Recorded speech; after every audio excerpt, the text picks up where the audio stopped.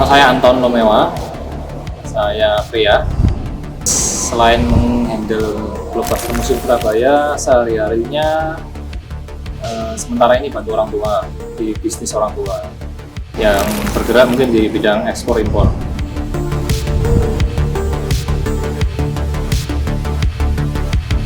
Blockbuster Museum Surabaya adalah museum untuk para geek, para penggemar pop culture, para ya kalau kamu suka dengan film, TV seri, game maupun kartun maupun ya yang berbau-berbau Hollywood dan film-film fenomenal yang cukup sukses di pasaran, ya, kami merangkum itu semua dalam Blockbuster Museum Surabaya.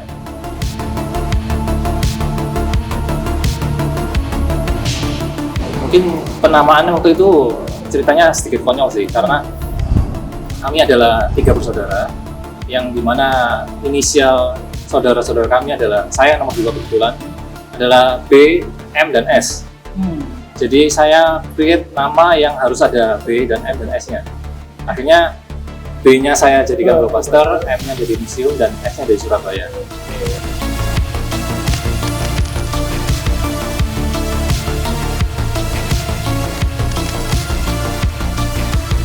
Kita memajang barang vintage, ya meskipun belum terpajang semuanya, hanya sebagian kecil. Vintage adalah barang yang mungkin koleksi dari tahun 2000 ke bawah. Setelah itu kita juga memajang berbagai adegan dari film, game yang kita buat dalam bentuk diorama, supaya orang-orang yang dulu pernah memainkannya atau menontonnya bisa nostalgia, bisa ingat, oh ya dulu saya pernah lihat ini, dan saya pernah main ini, dan saya pernah nonton ini. Itu kita create adegannya semirip mungkin.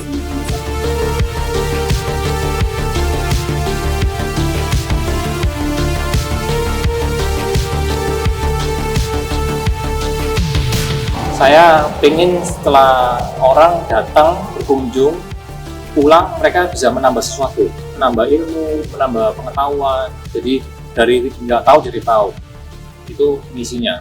Tapi kalau mungkin kenapa bangun sebuah tempat seperti ini? Karena memang saya dikasih nasihat dan tuah dari orang tua saya bahwa kalau bisa bangun usaha yang punya dampak ke orang banyak.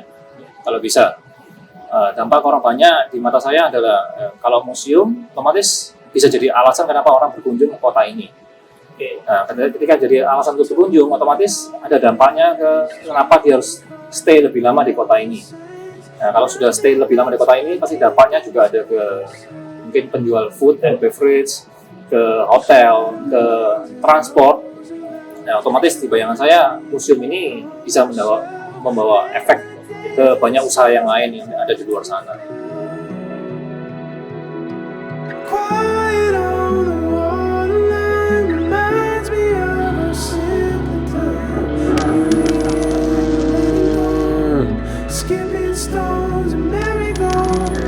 Waktu sebelum kita buka ada rekanan dari luar yang sempat ngintip isinya dan mengatakan bahwa kalau tidak keberatan ya ini diboyong aja ke negara mereka, karena di mata mereka ini isinya cukup agak susah bikinnya, dan itu buat mereka bilang ini worth it untuk dilihat dan dikunjungi.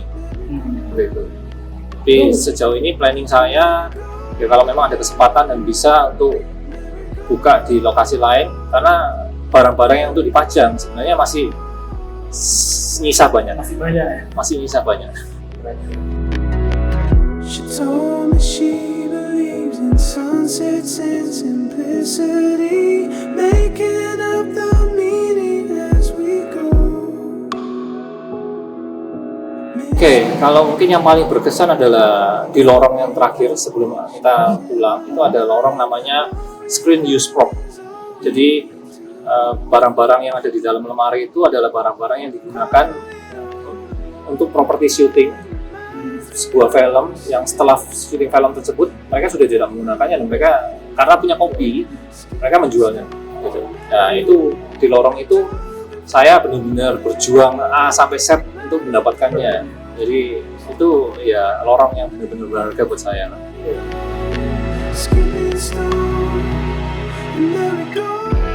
Paling susah, kalau susah sih hampir semua rata ya. Tapi banyak yang buat saya sampai hari ini agak nyesek karena kelewatan, keluputan, bahkan di mata saya sesuatu yang mungkin ini masih lama lah baru bisa hilang. Ternyata hitungan detik udah hilang ya. hilang, dan saya sampai hari ini masih Menyesal karena nggak bisa nyari lagi. Trading cards and common sense, nothing that's worth keeping to yourself.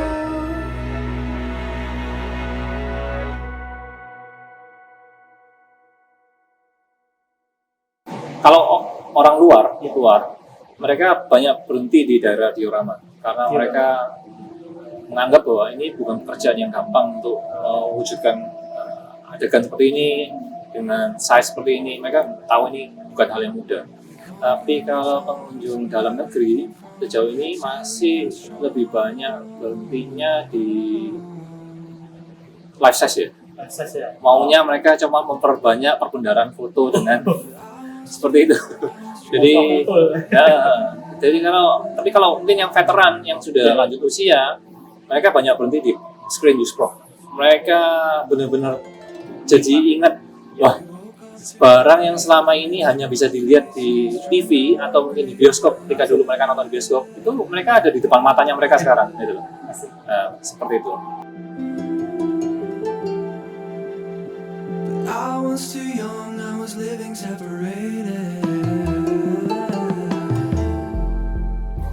Totalnya mendekati 4 tahun.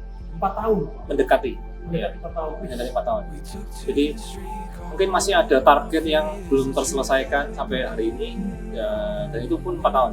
Kalau kita hitung-hitung mungkin kalau di-fullkan semuanya, mungkin kita sebenarnya bukanya setelah tahun ini. Masih belum buka harusnya.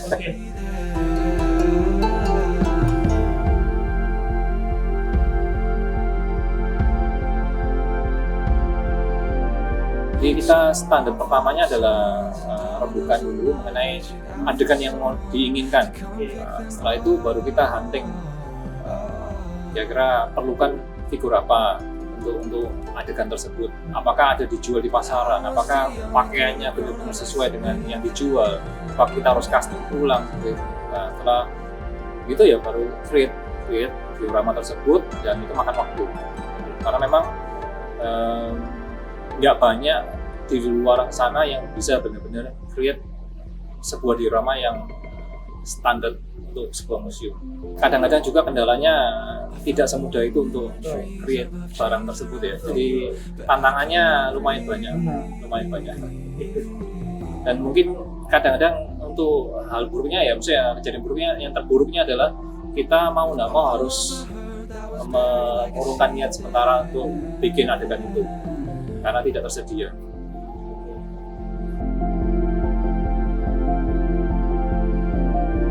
We saw a hideous frame for a girl with a name, and in that moment we sang you are perfect.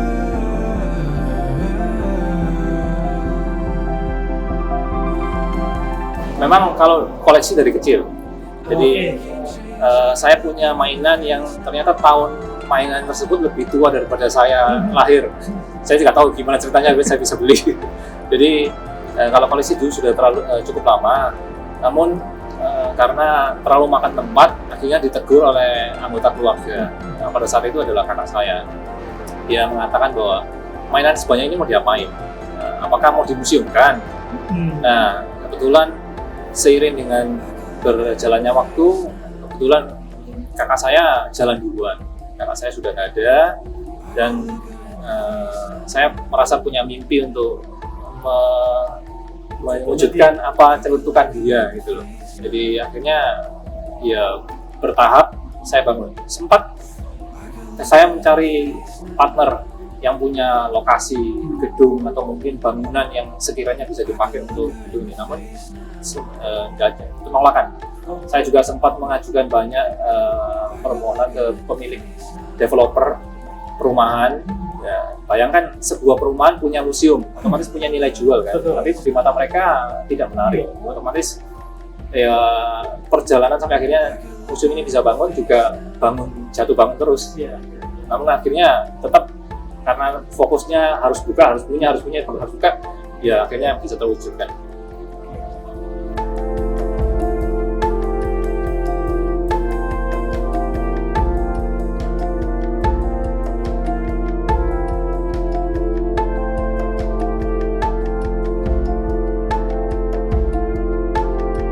Ketika kami bangun lantai ini itu ada museumnya, memang tuh targetnya adalah menjadi tujuan orang datang berkunjung ketika datang ke Surabaya. Otomatis warga Surabaya juga silakan datang, dengan senang hati kami terima. Tapi kita tahu bahwa warga Surabaya hanya sekian juta, sementara di luar Surabaya sana ada sekian miliar orang yang ya mungkin kalau datang ke sebuah kota dia butuh tempat tujuan wisata.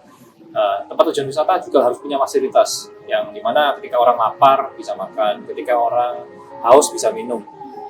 Kebetulan saya ketemu dengan teman, sahabat yang punya passion di dunia kopi, di mana dia mau dan planning memang mau buka usaha di bidang itu. Makanya kita ngobrol dan saya fasilitasi dalam bentuk lahan. Namun konsep mengenai tempatnya dan jualannya murni di tangan sahabat saya.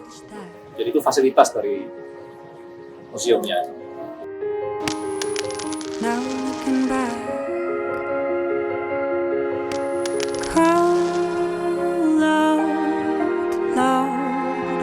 hear how it sounds. Stand up tall, feel the weight of it all. No time to spare, going nowhere against the wind. Never look back again.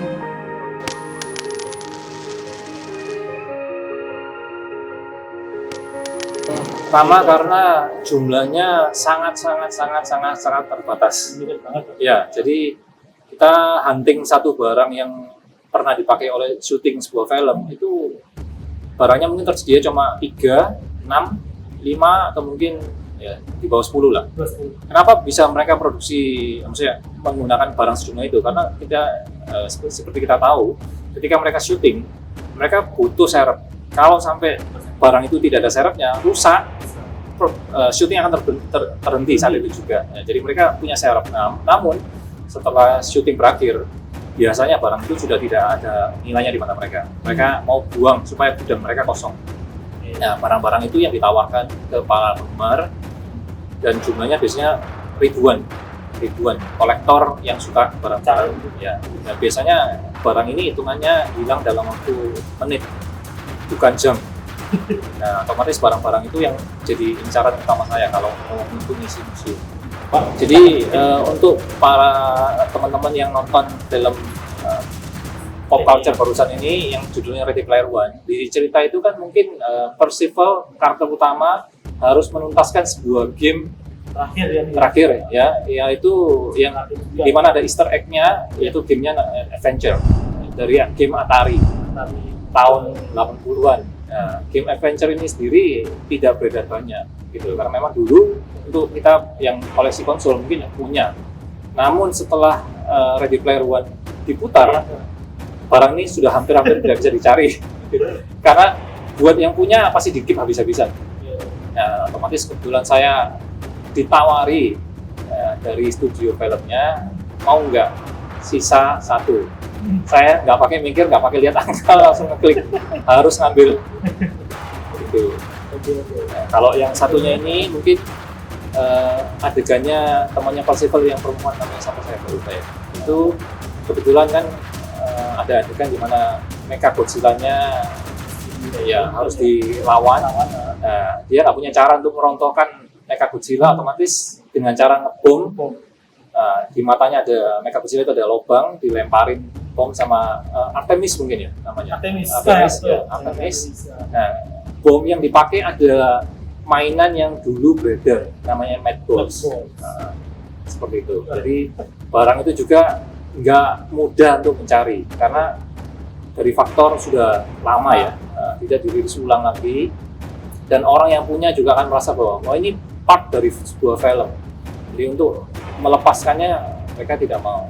Jadi kita lewat koneksi orang dalam lagi, usaha gimana caranya supaya barangnya ada di tangan kita dan bisa dipajang di dalam museum.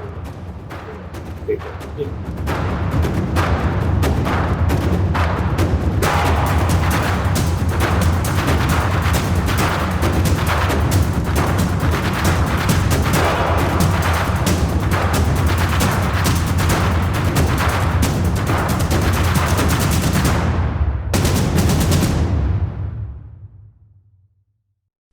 Ya, buat teman-teman yang belum dan mungkin belum pernah ke sini atau mungkin tahu tentang Blockbuster Museum Surabaya, luangkan waktu kalian untuk mampir ke sini.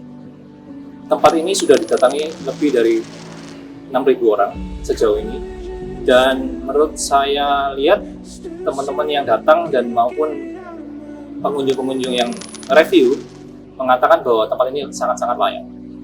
Dan di dalam sini kalian bisa melihat banyak hal selain display yang bagus, ada quote-quote dari film-film yang fenomenal, juga banyak sekali info-info seputar dunia film maupun dunia hobi kalian yang mungkin kalian selama ini mungkin belum pernah tahu.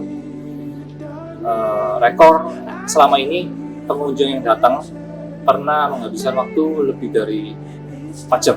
Jadi 4 jam lebih sedikit mereka di dalam. Otomatis kenapa bisa 4 jam ngalang-ngalain sebuah film? Karena di dalam sini kita mendisplay lebih dari mungkin 500 film. Otomatis ya yang perlu dibaca, diketahui, sampai dilihat, sambil didengarkan musik-musik dari dunia film yang kalian selama ini pernah suka dan cintai, itu ya sangat-sangat layak. Dan tempat ini bisa kalian jadikan sarana untuk bertemu dengan teman-teman yang sehobi, yang sama-sama cinta film, sama-sama suka game mungkin. Dan di luar museum sendiri kami menyediakan banyak fasilitas untuk teman-teman gathering, juga untuk meeting bisa juga. Jadi nggak usah mikir lagi. Untuk harga tiket sendiri saya cuma bisa mengatakan satu hal, sangat murah. Kenapa? Karena percaya saya, untuk harga serupa tiket dengan harga seperti tiket ini, kalian belum nyampe di bandara untuk bayar taksi. Padahal untuk lihat hal serupa, mungkin kalian harus pergi ke Hollywood untuk lihat ini semua. Dan seperti kita tahu sama-sama, biaya untuk ke Hollywood bisa habis puluhan juta. Nah, namun di sini hanya dengan puluhan ribu rupiah, ya kalian bisa nonton dan lihat koleksi sebanyak ini. Kalian bisa akses penjualan tiketnya lewat klub, Shopee, dan Traveloka untuk harga lebih ekonomis.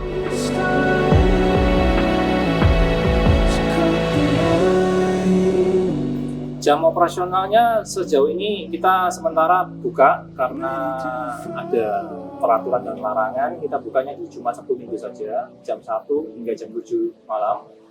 Namun untuk grup dan rombongan kita open anytime, jadi by request, by appointment. Mereka minta hari apa, jam berapa, kita bisa layani.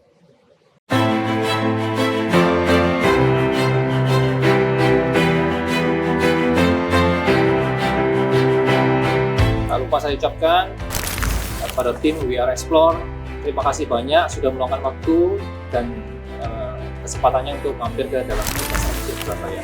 Jangan lupa like, komen, dan subscribe ke channel We Are Explore.